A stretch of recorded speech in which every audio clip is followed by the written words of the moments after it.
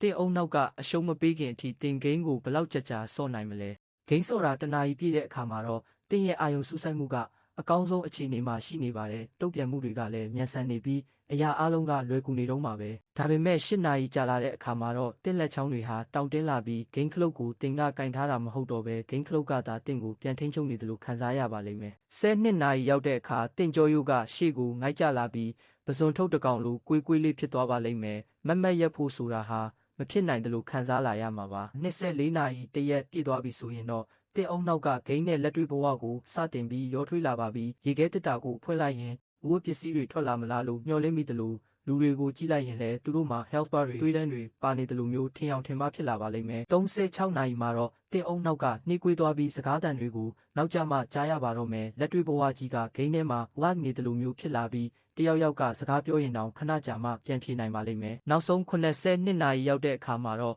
တင်အုံနောက်ကလုံးဝရက်တန့်သွားပါပြီဘာကိုမှမတွေးနိုင်မသိနိုင်တော့ပဲဂိမ်းထဲကဇက်ကောင်တစ်ခုလိုမျိုး autopilot စနစ်နဲ့ပဲအလိုလျောက်တုံ့ပြန်နေပါတော့မယ်ဘသူကမှထိန်းချုပ်နေတာမဟုတ်တော့ပဲအတိစိတ်မဲ့သွားတဲ့အခြေအနေပဲဖြစ်ပါတယ်